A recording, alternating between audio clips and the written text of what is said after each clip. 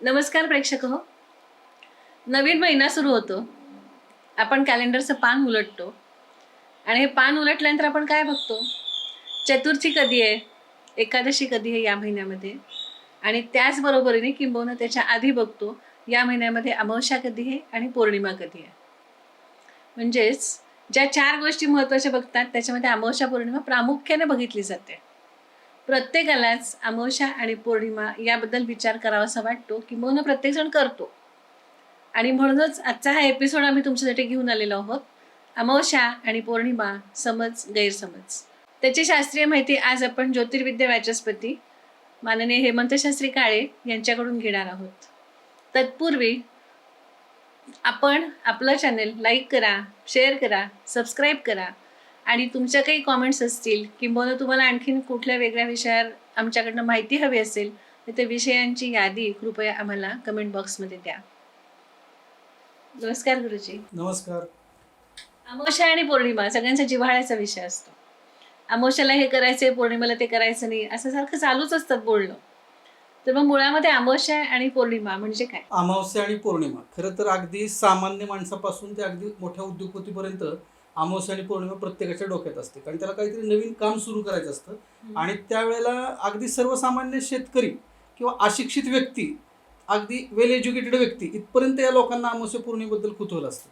आणि ते कायम आपलं कॅलेंडर बघत असतात की किती तारखेला अमावस्या आहे, किती तारखेला पौर्णिमा आहे. तर अमावस्या म्हणजे नेमकं काय किंवा पौर्णिमा म्हणजे नेमकं काय? तर पौर्णिमा म्हणजे काय की प्रतिपदेपासून जी 15वी तिथी येते तिला आपण पौर्णिमा म्हणतो. आणि पौर्णिमेपासून येणारी जी पुढची 15वी तिथी येते तिला आपण अमावस्या म्हणतो. कोणत्याही कामाची सुरुवात अमावस्येला करू नये असं म्हणतात, असं का? तर खरं तर हा गैरसमज आहे. अमावस्येला सुरुवात करू नये असं नाहीये. ते व्यक्तीनुसार ते ठरवू शकतो आपण की त्यांनी करायचं का नाही करायचं आहे. त्याच्यामध्ये अमावस्येच्या दिवशी साधारण रवी आणि चंद्राची युती होते. चंद्र हा मनाचा कारक ग्रह आहे आणि चंद्र डाऊन पोझिशन असतो. त्यामुळे बऱ्याच वातावरणामध्ये, सामाजिक वातावरणामध्ये मनाचं जी अवस्था आहे ते अस्थिर असणं किंवा कमकुवत मनाच्या माणसाला काही भीती वाटणं वगैरे अशा गोष्टी घडू शकतात. पण हे सर्वसामान्यांना असा कॉमन नियम नाही आहे. प्रत्येकाची जन्मकुंडली जर आपण बघितली आणि त्यातली चंद्राची अवस्था जर बघितली तर त्यानुसार आपण त्या व्यक्तीला सल्ला देऊ शकतो. पण अमावस्या पूर्णपणे अशुभच आहे हा गैरसमज आहे. म्हणजे मानसिक उदासीनता असते म्हणून थोडंसं अमावस्याचा विचार करावा लागतो. आता एवढी जर अमावस्या अशुभ आहे असं बहुतेक सगळेजण मानतात, तरी सुद्धा अश्विन अमावस्येला आपण दिवाळीच्या वेळेस लक्ष्मीपूजन करतो, ते का? हो, अश्विन अमावस्येला आपण लक्ष्मीपूजन करतो. एरवी आपण जर बघितलं तर पौर्णिमेचा आणि देवीचा किंवा पौर्णिमेचा आणि लक्ष्मीचा संबंध, त्याच्या अगोदरची जी कोजागिरी पौर्णिमा आहे त्या पौर्णिमेला इंद्र आणि लक्ष्मीचं पूजन केलं जातं. पण इथं मात्र अमावस्येला केलं जातं. खरं तर याचा दृष्टिकोन किंवा जर काही संदर्भ बघायचा म्हटलं तर आपल्या लक्षात येईल, मुळात लक्ष्मी कुठे येते आणि केव्हा येते याचा जर विचार केला तर लक्षात येईल की जिथं स्वच्छता आहे, जिथं आनंदी वातावरण आहे, जिथं रोषणाई आहे, अशा ठिकाणी लक्ष्मीचं आगमन होतं. आणि दिवाळी हा साधारण दिव्यांचा सण म्हणतो आपण. त्यावेळेला स्वच्छता अगोदर एक 15 दिवस आपण करत असतो घराची. आणि अशा वेळी दिव्यांनी उजळलेलं घर आणि त्यावेळी येणारी लक्ष्मी, आणि लक्ष्मीला तो येण्यासाठी शुभ काळ मानला गेला. अशा दृष्टिकोनातून ते जरी अमावस्या असली तरी ती शुभच मानली गेलेली, म्हणून आपण लक्ष्मीपूजन त्या अमावस्येला करतो. बऱ्याचदा अमावस्या असते आणि पौर्णिमा असते तेव्हा डोकी तापतात, भांडणं होतात, हमरीतुमरीवर येतात लोक, आणि मग चर्चा केल्यानंतर आज अमावस्या आहे म्हणून माझं डोकं तापलं, हे असं का होतं? हो, बऱ्याच वेळा जे कोणी पत्रिका वगैरे बघायला येतात ते पण सांगतात की आमच्या घरामध्ये अमावस्या पौर्णिमा आली की वादविवाद होतात किंवा अमावस्या पौर्णिमा आली की हे खूप चिडतात. असं खूप गोष्टी त्याच्यामध्ये वारंवार ऐकायला येतात. खरं तर असं याचं स्पेसिफिक कारण नाही. मुळात चंद्राचा विचार केला तर चंद्र हा मनाचा कारक सांगितलेला आहे आणि अमावस्येला चंद्र खूप वीक असतो. त्याच वेळी काय असतं की चंद्र जेव्हा वीक असतो, अंधार असतो आणि अंधाऱ्या शक्तीमध्ये तमोगुण वाढलेला असतो. तमोगुण वाढतो किंवा जे काही निगेटिव्ह एनर्जी म्हणता येईल आपल्याला, ज्याला अशी परिस्थिती वाढलेली असते, त्यावेळेस त्याचा परिणाम मनावरती होतो. आणि मग त्या अमावस्येच्या वेळेला चिडचिड होणं, घाबरल्यासारखं होणं किंवा बाहेर काही वादविवाद ह्या कारणामुळेच होणं आणि त्याचा परिणाम घरामध्ये होणं, अशाही गोष्टी बऱ्याच वेळा अनुभवल्या येतात. तसंच पौर्णिमेचं पण आहे. पौर्णिमेला तर आपण म्हणतो की पूर्णपणे चंद्र पॉवरफुल आहे आणि चंद्र पॉवरफुल असताना मग चिडचिड व्हायची काय कारण आहे? तर दोन्ही गोष्टींचा याच्यात विचार करणं गरजेचं आहे की ज्यावेळेला कधी कधी एखाद्या एनर्जीची अतिरेक होतो तर ती पण माणसाच्या मनाला किंवा शरीराला ती त्रासदायकच असते. त्याचं उदाहरणच आपण जर बघायचं म्हटलं तर लक्षात येईल की आपण बऱ्याच लोकांना सवय असते की आपण सकाळी सगळं उरकल्यानंतर मंदिरात जाऊन दर्शन घ्यायचं. आणि मंदिरात दर्शन अगदी जुनं पुरातन मंदिर असेल तर मंदिरात आपण एक 10 मिनिटं 5 मिनिटं बसतो आणि अतिशय फ्रेश होऊन जातो आणि दिवसभर ती एनर्जी आपल्याला पुरते. पण तोच माणूस दिवसभर जर त्या हाय एनर्जीमध्ये बसला तर कदाचित त्याची मानसिकता ती राहणार नाही. तसंच पौर्णिमेच्या बाबतीत पण इथं तेच आहे की ती चंद्राची जी हाय एनर्जी आहे आणि ज्यांच्या पत्रिकेमध्ये अगोदरच चंद्र पॉवरफुल आहे अशा लोकांना कदाचित अति होणं हे सुद्धा त्रासदायक ठरतं. अशा दृष्टिकोनातून पौर्णिमा आणि अमावस्या दोन्ही वेळेला चिडचिड होणं हे साहजिक आहे. त्याच्यामध्ये काही वेगळं किंवा काही आहेच, बाधाच काही आहे असा त्याचा अर्थ घ्यायची कारण नाही. म्हणजे थोडासा मनाचा संयम त्या दोन्ही वेळेस ठेवला पाहिजे. अमावस्येला मन कमकुवत असतं आणि पौर्णिमेला खूपच उत्साहाने भरलेलं असतं.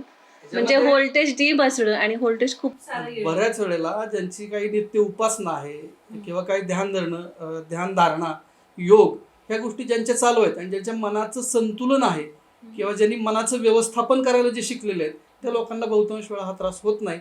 पण जे उथळ आहेत किंवा ज्यांना ह्या गोष्टींचं काही ज्ञानच नाही की मी म्हणेल ते व्हायलाच पाहिजे अशा मानसिकतेत जे आहेत त्यांना ह्या गोष्टींचा त्रास निश्चित होतो. शॉर्ट टेम्पर असून चालणार नाही. मग अशा वेळेस आणखीन एक गोष्ट होते की अमावस्या असेल आणि पौर्णिमा असेल तर हमखास अपघात होतात. हो. आणि म्हणून आपण म्हणतो की अमावस्येला प्रवास नको. हो, अमावस्या आणि पौर्णिमा असेल तर अपघात होतात. हे आहेच आहे. म्हणजे खूप वेळा ह्याचा अनुभव आपल्याला वारंवार येतो की आणि घरचे पण आपण बघा निघालो तर सांगतात की आज अमावस्या आहे, आजचे दिवस तू जाऊ नको बाहेर किंवा आज पौर्णिमा आहे आज जाऊ नको. आता याचं नेमकं कारण काय आणि अपघात होण्याचं कारण काय तर जे आपण मगाशी कारण सांगितलं की पौर्णिमेला चंद्र हाय असतो आणि अमावस्येला कमी असतो आणि चंद्राचा संबंध आपल्या मनाशी येतो. पण बऱ्याच वेळेला असं घडतं की त्याच जागेवर त्याच वेळेला वारंवार अपघात होतो अशी पण एक शक्यता असते. खरं तर ह्याला दोन्ही बाजूचा आधार आपल्याला घ्यावा लागेल. याच्यामध्ये आत्ता म्हणजे पुणे विद्यापीठामध्ये हा रिसर्च झालेला आहे. त्याच्यामध्ये काही वास्तुशास्त्राच्या दृष्टिकोनातून पण हा रिसर्च त्यांनी केलेला आहे की त्याच जागेवर का अपघात होतो तर तिथं जिओपॅथिक ट्रेस सारखा भाग असतो किंवा पाण्याचा प्रचंड मोठा प्रभाव जात असतो आणि पहाटेच्या वेळी अपघाताचं प्रमाण जास्त आहे कारण रात्रभर ती व्यक्ती जागरण करून जमिनी खालून जाणारा पाण्याचा प्रवाह असतो तो आणि त्याचा त्या बॉडीवरती परिणाम होतो आणि त्या माणसाला थोडंसं आपण म्हणतो ना बोली भाषेमध्ये मला चकवा भरला किंवा काहीतरी घाबरल्यासारखं झालं किंवा माझ्या अंगात घाम आला एकदम किंवा काहीतरी अशी घटना घडते आणि तिथं त्या अपघाताचं प्रमाण वाढतं. ही दोन्ही कारणं त्याच्यामध्ये आहेत आणि हे पुणे विद्यापीठात हे रिसर्च झालेलं आहे याच्यावरती. त्यामुळं अगदी तिथं काहीतरी आहेच आहे बाधाच काहीतरी आहे असं अर्थ घ्यायची कारण नाहीये. या दोन्ही गोष्टी समजून घेतल्या पाहिजे आणि पहाटे येणारी जी व्यक्ती आहे ती रात्रभर झोप नसते त्याला आणि पहाटेच्या दरम्यान तो अपघात होतो त्याच जागेवर होतो. अमावस्या पौर्णिमेला त्या ड्रायव्हरचं मन किंवा त्याच्या पत्रिकेतला चंद्र जर नेमका खराब असेल तर ती शक्यता अजून वाढते. ह्या तिन्ही गोष्टीमुळे ही शक्यता अमावस्या पौर्णिमेला अपघात होण्याचं प्रमाण आपल्याकडे जास्त आहे. पण आता काय की परंपरेने आपल्याकडे म्हटलं जातं की अमावस्या पौर्णिमा आहे ती जागा खराब आहे त्या जागेवर अपघात होतोय. हे जरी वरवरनं आपल्याला बरोबर दिसत असलं तर याच्यावर आता संशोधन पण झालेलं आहे आणि ते पुराव्यानिशी आता बाहेर पण आहे. त्याची शास्त्रीय कारण आणखीन वेगळीच आहे. असं होतं की अमावस्येला खरेदी करून ये असं म्हणतात. तर आपल्याकडे जर बघितलं तर अमावस्या प्रत्येक वेळेला आपण अशुभ आहे असंच गृहीत धरतो. हो. पण हेच बघा तुम्ही लक्ष्मी पूजनाच्या दिवशी आपल्याकडे काहीतरी सोनं खरेदी करायची पद्धत आहे. मग त्यावेळी केलेलं चालतं आणि एरवी चालत नाही असं त्याचा अर्थ नाहीये. खरं तर फक्त मुद्दा एकच राहतो की अमावस्येला काय असतं की त्यावेळेला तमोगुण वातावरणामध्ये वाढलेला असतो, निगेटिव्ह एनर्जी वाढलेली असते आणि अशा वेळी चुकून काहीतरी तशी गोष्ट आपल्या घरात येऊ नये हा त्याच्या मागचा सरळ उद्देश आहे. पण अमावस्या अशुभच आहे असा त्याचा अर्थ नाही. म्हणजे डोळे उघडे ठेवून जागरूकपणे जर वस्तू खरेदी केली तर चालू शकेल. अर्थात चुकीच्या गोष्टी खरेदी करू नका. त्या दिवशी तुम्ही चप्पल खरेदी केली कसं काय चालणार आहे? ते निगेटिव्ह गोष्ट घेऊन येणारी चप्पल आहे किंवा तुम्ही आणखीन कपड्यामध्ये वेगवेगळे रंगांचे कपडे काही खरेदी केले तर नाही ते शक्य होणार ना अशा दृष्टिकोन. पण ते अशुभ आहे असा त्याचा अर्थ नाही. आपण दिवाळीच्या अमावस्येला कपडे पण खरेदी करणारी माणसं असा त्याचा अर्थ नाही. पण ते आपण काय घेतोय हे महत्वाचं. सकारात्मकता येण्यासाठी किंवा नकारात्मकता टाळण्यासाठी म्हणून अमावस्येला काही वस्तू खरेदी करू नये. पौर्णिमेला देवी उपासना करतात, मारुती उपासना पण करतात. मग देवी उपासनेचं पौर्णिमेचं महत्व काय?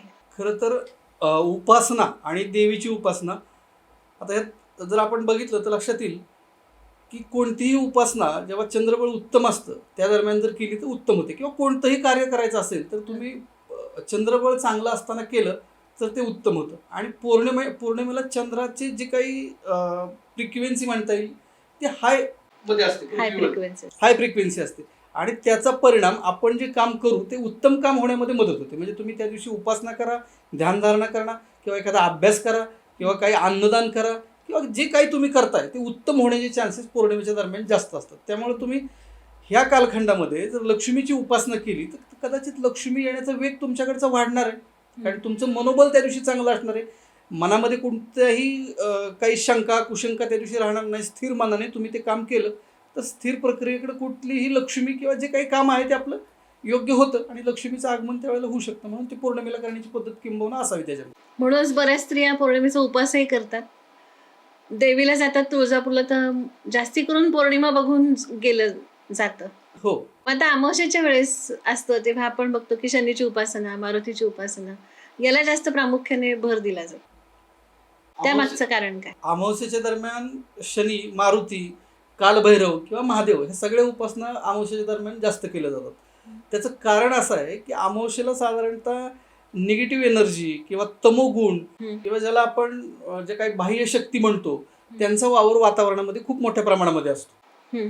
ती नकारात्मक कमी करण्यासाठी किंवा ती स्वतःपर्यंत पोहोचू नये अशा दृष्टिकोनातून विचार केला तर मग शनीची उपासना आहे, मारुतीची उपासना आहे, कालभैरव, कारण हे सगळे त्या नकारात्मक गोष्टींना विरोध करणारे ह्या देवता आहेत. म्हणजे मारुतीने जर बघितलं आपण मारुतीची उपासना तर सगळ्यात जास्त राक्षसी प्रवृत्तीशी लढलेला मारुती. भूत पिशाच्या निकट नावे. हनुमान चालीसेमध्ये तो उल्लेख आलेला आहे. तर त्या दृष्टिकोनातून मारुतीची किंवा महादेवाची, शनीची या सगळ्या उपासना केल्या जातात अमावस्येच्या दरम्यान. नकारात्मकता थांबवण्यासाठी म्हणून त्यांची उपासना केली. आता जन्म आणि आपल्या हातामध्ये नसतो, पण बऱ्याचदा पौर्णिमेलाही जन्म होतो आणि अमावस्येला पण मुलं बालकं जन्मतात. मग हे पौर्णिमा अमावस्येचे जन्म शुभ अशुभ कशात म्हणायचं? म्हणजे बऱ्याचदा असं होतं की अमावस्येची आहे आणि मग ही वाईट मुहूर्तावर जन्मली, मग खरोखरीचे मुहूर्त वाईट आहेत का जन्मासाठी?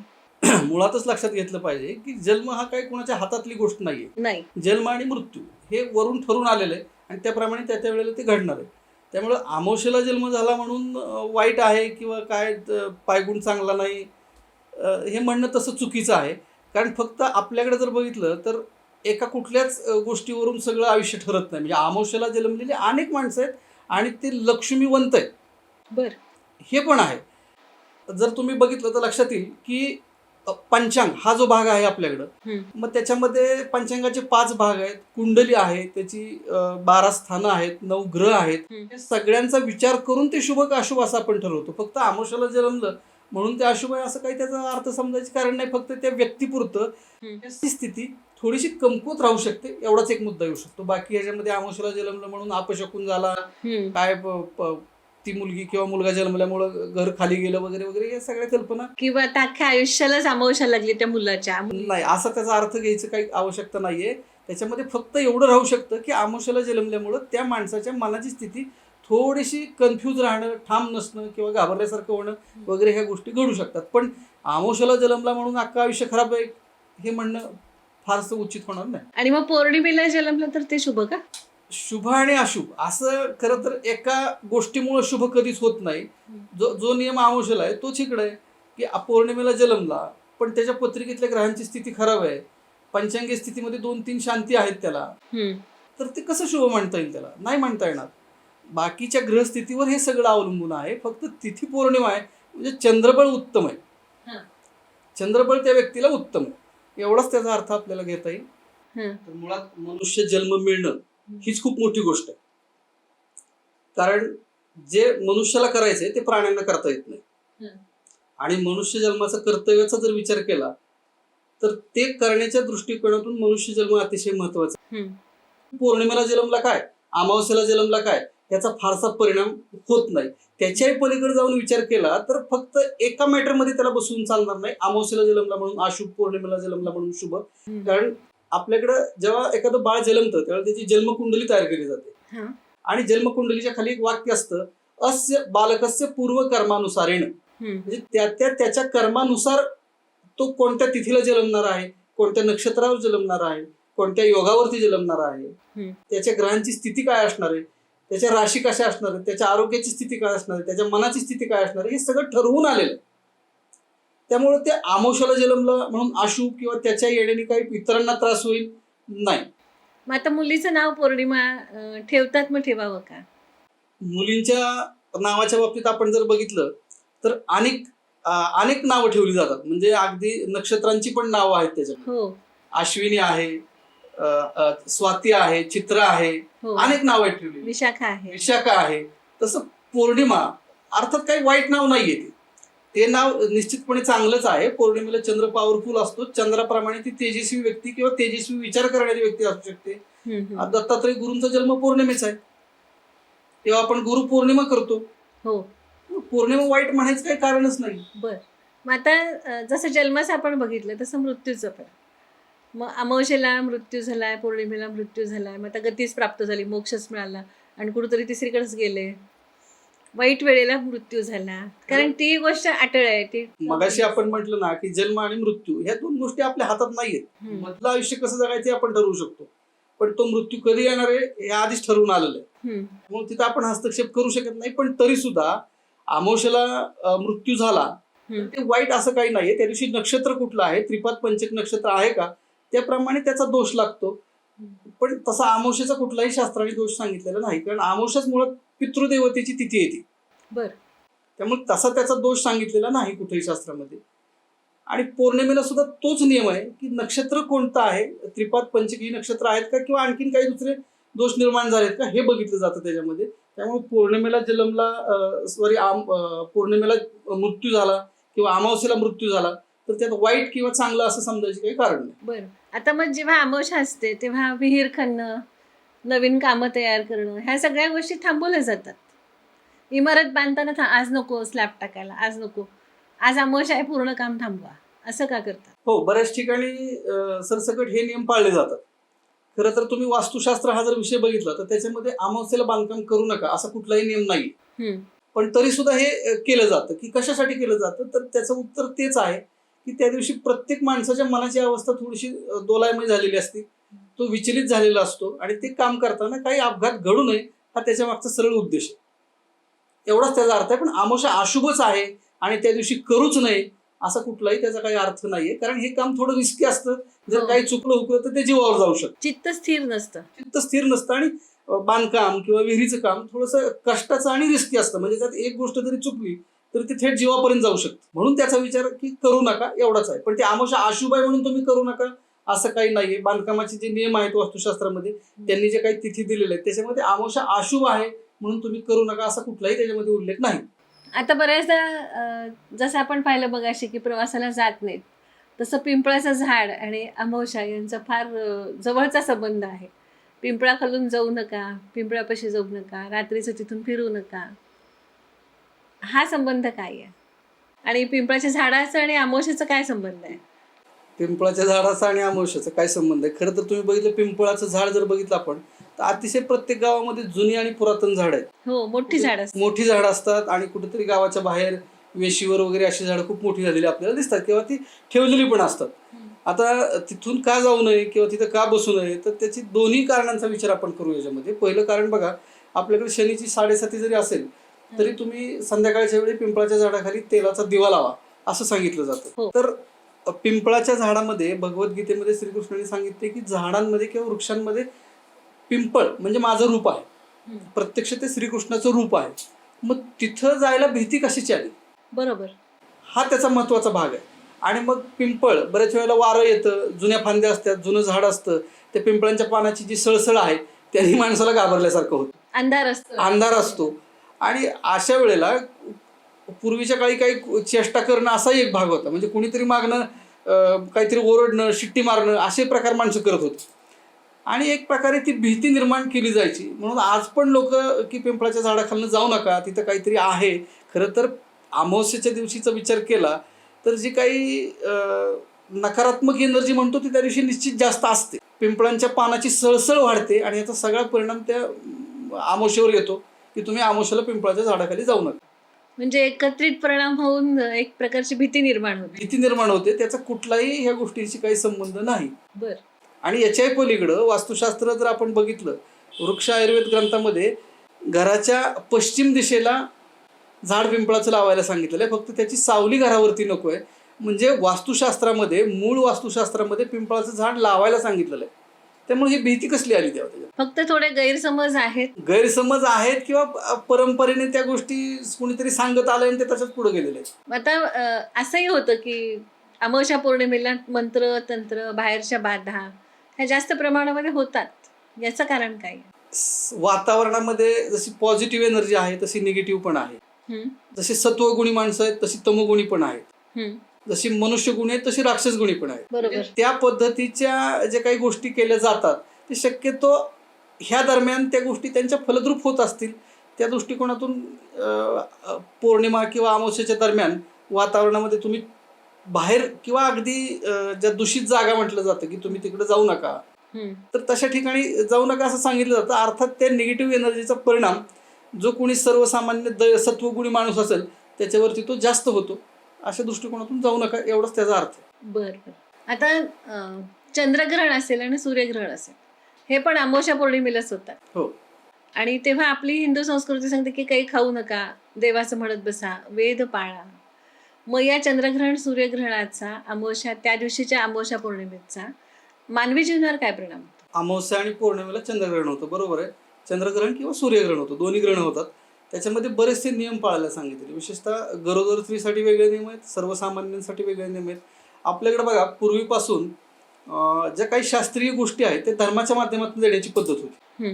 मग त्याच्यामध्ये काय आहे तर ज्यावेळेला ग्रहण होतं, सूर्यग्रहण होतं विशेषतः, त्यावेळेला पृथ्वीवरती येणारा जो प्रकाश आहे तो कमी प्रमाणामध्ये येतो. आणि कमी प्रमाणामध्ये आल्यामुळं जे निसर्ग आहे, निसर्गामध्ये जे पक्षी आहेत, प्राणी आहेत, झाडं वृक्ष जे काही आहेत किंवा मनुष्य सुद्धा म्हणता येईल, हे सगळे आपल्याला थोडेसे विचलित झालेले किंवा गोंधळलेले दिसतील. आणि ते नकारात्मक वातावरण जे तयार होतं त्याच्यामध्ये वेगवेगळे जीवजंतू वाढतात आणि ते मानवी जीवनावर तीव्र परिणाम करू शकतात, असं कदाचित आपल्या पूर्वजांना माहिती असावं.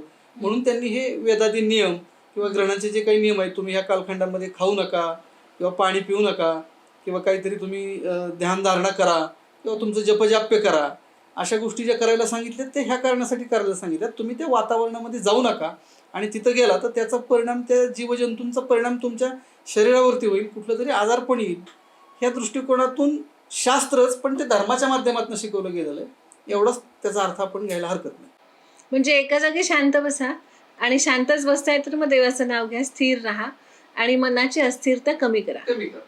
यासाठी म्हणून ह्या सगळ्या गोष्टी आहेत. मग आता बऱ्याचदा अमावस्येला पण उपवास केला जातो, याचं कारण काय? हो, आपल्याकडं अमावस्येला उपवास करणारी बरीच मंडळी आहेत. आता त्याची प्रत्येकाची कारणे कदाचित वेगळी असतील, पण त्याचा मुख्य अर्थ जर आपण बघितला तर हा उपवास आम्ही बऱ्याच लोकांना करायला पण सांगतो. त्याच्यामध्ये ज्या कुटुंबामध्ये विशेषतः पितृदोष येतो अशा कुटुंबांमध्ये आम्ही अमावस्येचा उपवास करायला सांगतो. आता याच्यामध्ये उपवास करण्याचं मुख्य कारण काय आहे तर प्रत्येक तिथीला एक देवता आहे. आणि अमावस्या तिथीची देवता जर बघितली तर पितृ ही देवता आहे. म्हणून त्या पितृदेवतेसाठी केलेला हा उपवास आहे. आणि त्याच्यामध्ये पितृदोष कमी होण्याच्या दृष्टिकोनातून किंवा पितरांची तृप्तता होणं ह्या दृष्टिकोनातून तो उपवास करायचा आहे. अर्थात नुसता खाण्यापिण्याचा उपवास करावा असा त्याचा अर्थ नाहीये. त्याच्यामध्ये पितरांची सेवा करणं हे पण अपेक्षित आहे. काही ठिकाणी अमावस्येला तर्पण पण केलं जातं, तर ते तर्पण त्या उपवासाच्या दिवशी केलं तर ते आणखीन योग्य ठरतं. म्हणजे फक्त सर्व पितरीलाच करावं असं नाही, तर प्रत्येक कारण तिथी जी आहे ती त्याची देवता पितर आहे, त्यामुळे प्रत्येक अमावस्येला आपण तर्पण करू शकतो. त्याच्यामध्ये पौर्णिमेचे व्रत बहुतेक महिला करतात, मग त्याचे लाभ काय होतात? पौर्णिमेचं व्रत किंवा पौर्णिमेचा उपवास हे दोन्ही करण्याची पद्धत आपल्याकडे आहे. मग त्याच्यामध्ये स्त्रिया करतात हे बरोबर आहे, पण त्याच्यामध्ये पुरुषांचंही प्रमाण तेवढंच आहे. म्हणजे स्त्रिया थोड्या सेन्सिटिव्ह आहेत किंवा कुटुंबाबद्दल जास्त आस्था असते म्हणून स्त्रिया करतात, पण करणारे पुरुष पण आहेत. तर त्याचं मुख्य कारण जर बघितलं तर ज्याच्या पत्रिकेमध्ये मुळातच चंद्र कमकुवत आहे अशा माणसाला पौर्णिमेचा उपवास किंवा पौर्णिमेचं व्रत करायला सांगितलं जातं, की जेणेकरून त्याचं चंद्रबळ किंवा मनाचं संतुलन वाढेल अशा दृष्टिकोनातून ते करायला सांगितलं जातं. हे त्याच्यामागचं एक मुख्य कारण आहे. पण त्याच्याही नंतर पुढे जाऊन आपण बघितलं तर वेगवेगळी व्रत करायला सांगितलेली आहेत आपल्याला. पौर्णिमेचं व्रत तर आहेच आहे, पण त्याच्यामध्ये सत्यनारायण पूजा हे पण पौर्णिमेला केली जाते. आणखीन हनुमंतासाठी काही प्रार्थना पूजा असेल तर ती पण पौर्णिमेला केली जाते. अशा अनेक गोष्टी आपल्याकडे आहेत. पौर्णिमेला गुरुच्या दर्शनाला पण पौर्णिमेला जाण्याची पद्धत आहे, किंवा दत्त मंदिरामध्ये किंवा दत्ताच्या ठिकाणी पण पौर्णिमेला जाण्याची पद्धत आहे. त्याचं कारण एकच आहे. पौर्णिमा ह्या शब्दाचा अर्थच आहे पूर्ण चंद्र. पौर्णिमा म्हणजे चंद्र, पूर्णपणे चंद्र, चंद्राचा कारण. चंद्र हा मनावर परिणाम करणारा आहे. त्यावेळी प्रत्येक माणसाची मनस्थिती ही उच्च पातळीवर गेलेली असती.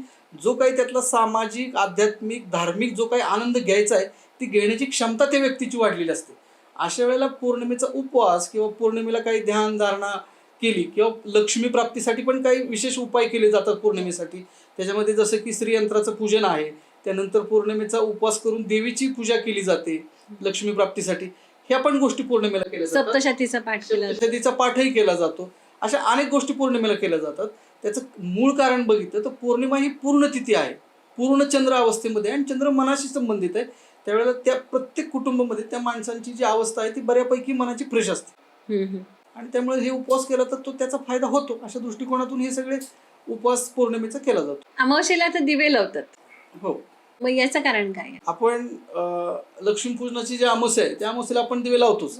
आता अमावस्याचा अर्थ अंधार आहे आणि अंधारामध्ये कुठल्याही तमोगुणी वामशक्ती काय डाव्या शक्ती ज्याला म्हणतो आपण त्याचं कुठलंही अतिक्रमण आपल्याकडे येऊ नये. किंवा पूर्वीच्या काळी लाईट नव्हती किंवा शेतामध्ये माणसं राहत होती. अशा वेळेला विंचू किंवा काय साप नाग अशा परिस्थितीत पुढे येऊ नये अशा दृष्टिकोनातून पण ते दिवे लावायची पद्धत होती. आता हल्ली काही ठिकाणी तुम्ही रोजच दिवे लावा असं पण सांगितलं जातं. अर्थात रोज दिवे लावायची गरज नाहीये.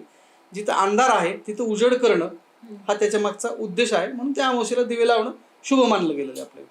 मग आता बऱ्याचदा आणखीन एक असतं की अमावस्येला नवीन वस्त्र घालू नये, दाढी कटिंग करू नये. या मागचं शास्त्र काय आहे? हो, अमावस्येला दाढी कटिंग करू नये किंवा अमावस्येला नवीन वस्त्र घालू नये. मगाशी बोलताना मी सांगितलं की अमावस्या तिथीची देवता ही पितृदेवता आहे. आणि आपण दाढी कटिंग कधी करतो तर कुणीतरी आपल्याकडचं जातं तेव्हा केली जाते. त्या दृष्टिकोनातून पितृतिथीला शक्यतो दाढी कटिंग केली जात नाही. हे त्याच्या मागचं मूळ कारण आहे. आणि दुसरं, नवीन वस्त्र खरेदी करू नये. खरं तर तो दिवस जो असतो तो पूर्णपणे आपल्या पूर्वजांना समर्पित असणारा दिवस असतो. त्यांच्यासाठी काहीतरी करणं किंवा त्यांच्या त्या पितृतिथीच्या निमित्ताने दान करणं ह्या गोष्टी केल्या जातात. आणि आपण उलट करतो की अमावस्येला खरेदी करायचा विचार करतो. हे न करता तुम्ही घ्या पण ते दान करा. योग्य व्यक्तीला, सत्पात्र व्यक्तीला तुम्ही ते दान करा तर त्याचा फायदा होतो. पण स्वतःसाठी तुम्ही त्या दिवशी घ्याल तर ते फारसं संयुक्तिक ठरत नाही, लाभत नाही.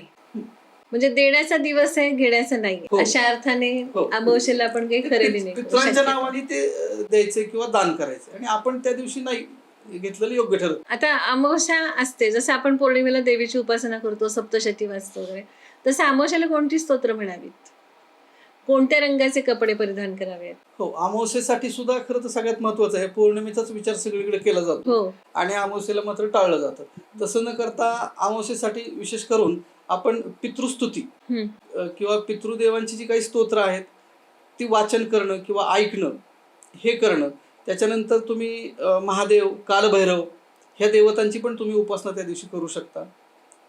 ती निश्चित फलदायी होते कारण ती पितरांना समर्पित असणाऱ्या देवता आणि तिथी आहेत. म्हणून ती उपासना केलेली त्या दिवशी उत्तम ठरते. आता कपडे कोणते घालावेत तर तुम्ही त्या दिवशी पांढरं वस्त्र पण घालू शकता किंवा पिवळ्या रंगाचं वस्त्रही घालू शकता. चालू, फक्त तुम्ही काळ्या रंगाचं शक्यतो त्या दिवशी टाळा. अच्छा, काळा रंग टाळायचा आहे. काळा रंग त्या दिवशी घालू नका. अमावस्येच्या दिवशी वातावरणामध्ये अंधार आहे, तुम्ही परत अंधारात अंधार कसा करणार? काळा रंग घालू नये, बाकी सगळे रंग घालावेत. हो, वातावरणामध्ये खरं तर अंधारच असतो. त्याच्यामध्ये काळ्या रंगाचा कुठलंही वस्त्र परिधान केलं तर ते तसं त्रासदायकच आहे. पण त्याचाही परिणाम आणखीन वेगळा विचार जर आपण केला तर रंगाचा स्पेशली विचार करायचा म्हटलं तर काळा रंग हा निगेटिव्ह एनर्जी जास्त शोषून घेतो, ॲब्सॉर्ब करून घेतो आणि पॉझिटिव्ह पण एनर्जी तो शोषून घेतो. म्हणजे वातावरणामधल्या दोन्ही एनर्जी शोषून घेण्याचं काम काळा रंग करतो. म्हणून अशा वेळेला अमावस्येच्या दिवशी वातावरणामध्ये जास्तीत जास्त काय असतं तर निगेटिव्ह एनर्जी असते किंवा नकारात्मक ऊर्जा जास्त प्रमाणामध्ये असते. ती जर शोषून घेतली तर त्याचा दुष्परिणाम त्या व्यक्तीला भोगावा लागणार आहे. मग तो आजारी पडला, तो घाबरला, तो भिला, ही सगळी कारणं पुढे सांगायला माणसं तयार असतात. मग आता पौर्णिमेला कोणते रंग शुभ असतात? खरं तर पौर्णिमेला रंग कोणते शुभ असतात? पौर्णिमेला सगळेच रंग चालतील. तिथे परत उत्तर तेच येईल की काळा रंग शक्यतो त्या दिवशी तरी घालू नका, इतर तुम्ही घालू शकता. पौर्णिमेला विशेष चंद्रबळ असतं तर तुम्ही पांढरा रंग आहे, पिवळा रंग आहे, गोल्डन सोनेरी रंग आहे, कोणताही रंग तुम्हाला चालू शकेल. पण साधारणतः निळा काळा ह्याच्याशी संबंधित जास्त रंग वापरू नये. अमावस्या असते तेव्हा बरेच जण तीळ आणि गुळाचं दान करतात. या दानाचं महत्व काय? तीळ आणि गुळ याचं दान अमावस्येला मगाशी आपण बघितलं की ही पितरांशी संबंधित असणारी तिथी आहे. आणि तीळ आणि गुळाचं हे जे दान आहे ते पितरांना समर्पित दिलं जातं ते दान. त्या दृष्टिकोनातून तीळ आणि गुळ हे दोन्ही दिलं जातं. पितरांसाठी म्हणून केलेलं दान. पितरांसाठी म्हणून केलेलं हे दान आहे. आता आज अमावस्या आहे म्हणून सगळे घराची झाडाझडती केली जाते, स्वच्छता केली जाते. याचं महत्व काय? खरं तर प्रत्येक अमावस्येलाच हे केलं गेलं पाहिजे. आपण फक्त वर्षातनं एकदा ते दोनदा विचार करतो ह्या गोष्टींचा. पण प्रत्येक अमावस्येला तुम्ही प्रयोग करून बघा. हा घरामध्ये तुम्हाला नवीन ऊर्जा, नवीन वातावरण, नवीन एनर्जी हे सगळं जाणवेल, मनाची प्रसन्नता जाणवेल. प्रत्येक अमावस्येला जर घराची स्वच्छता केली तर स्वच्छतेच्या मागे लक्ष्मी आहे. आणि त्या लक्ष्मीचं दर्शन किंवा लक्ष्मीचा अनुभव घ्यायचा असेल तर घराची स्वच्छता करून बघा, त्याचा अनुभव तुम्हाला येईल.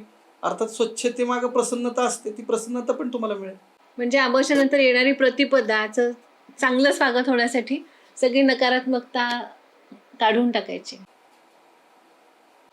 आता ग्रामीण भागामध्ये प्रामुख्याने शेतात वगैरे अमावस्या असेल तर म्हसोबा मुंजोबा हे असतातच. मग त्यांना नारळ फोडलाच जातो आणि कधीतरी विसरलं तर त्याचे पण परिणाम दिसतात. हे असं काय आहे? अमावस्या आणि पौर्णिमेला म्हसोबा किंवा मुंजोबा किंवा त्या क्षेत्रातला क्षेत्रपाल म्हणून ते देव असतात आणि त्यांच्यासाठी नारळ वाढवणं किंवा फोडणं ह्या गोष्टी आपण करतो. आता नारळाचा जो काही उद्देश आहे तो वेगळा आहे त्याच्या मागं. पण ही क्षेत्रपाल देवता आहेत. साधारण ह्या थोड्या दैत्य कुळाशी संबंधित असणाऱ्या ह्या देवता आहेत आणि त्यांना अर्पण करणे असा जो काही एक भाग आहे, काळाप्रमाणे नारळ आपण तिथं फोडतो. आणि ह्या क्षेत्रपाल देवता आहेत, त्यांचा उपादृष्टी किंवा त्यांचा एक जे काही त्यांना लागणाऱ्या गोष्टी आहेत त्या दिवशी ते अर्पण केल्या जातात तिथं. आणि तीच भूमिका अर्पण करणं हीच भूमिका तिथं आहे. आणि त्यांचं पूर्णपणे त्या क्षेत्रावरती किंवा जो काही क्षेत्रपाल देवता म्हणून जो काही त्यांचा एरिया असेल त्या देवतेवरती त्यांचं आशीर्वाद किंवा लक्ष पूर्णपणे असतं. मग आता हे जे क्षेत्रपाल आहेत त्यांची कृपा असावी आणि म्हणून आपण व्यक्त केलेली ती एक श्रद्धा आहे, त्यांच्याबद्दल असलेली कृतज्ञता आहे की बाबा आमचं रक्षण करा म्हणून केलेली ती एक प्रार्थना आहे. या ज्या अमावस्या पौर्णिमा आहेत या पौर्णिमांच्या बाबतीत सगळ्यांच्या मनामध्ये सुशिक्षित अशिक्षित मध्ये थोडासा दरार आहे, थोडीशी भीती आहे, थोडंसं उत्सुकता आहे. काही जण खूप मानतात आणि काही जण त्याला काय मानायचं आहे. पण मग लोकांनी ह्या दोन तिथींकडे बघावं कसं? खरं तर उत्तर याचं खूप विस्तृत आपल्याला देता येईल. पण तरीसुद्धा आपण बघा समाजामध्ये ह्या बाबतीत खूप मोठी भीती आहे की अमावस्या. त्याचं कारण आपण जे काही प्रकार बघतो म्हणजे विशेषतः तंत्रविद्येमध्ये जी काही मंडळी आहेत त्या अमावस्येला काम करणारे आपल्याला दिसतात. आणि ते सगळं चित्र बघितल्यानंतर आपल्याला ती एक प्रकारे भीती वाटत असते. खरं तर अमावस्या तिथी वाईट नाही, फक्त अंधार आहे एवढाच त्याचा अर्थ घ्यायला हरकत नाही. अंधार आहे त्यामुळं ती भीती आहे. आणि पौर्णिमेचा विचार केला तर पौर्णिमेमध्ये थोडीशी हाय एनर्जी आहे, त्यामुळं जे कोणी मानसिक रुग्ण आहेत त्यांना थोडासा इफेक्ट पौर्णिमेचा पण जाणवतो. अशा दृष्टिकोनातून प्रत्येकाला वाटतं की मग या दिवशी काही चुकीचं घडेल का, काय होईल का, किंवा पाण्याची भीती वाटणं. असंही बऱ्याच लोकांना पौर्णिमेला त्रास होतो की पाणी दिसलं तरी भीती वाटते वगैरे, असे प्रकार बऱ्याच लोकांच्यामध्ये दिसून येतात. पण ह्या कुठल्याही गोष्टीचा बाऊ न करता त्याचं नेमकं सायंटिफिक रिझन काय आहे हे समजून घ्या. तिथी दिवस कुठलाही वाईट नसतो किंवा चांगलाही नसतो. तुम्ही शेवटी काय कर्म करताय, काय विचार करताय याच्यावरती ते अवलंबून आहे.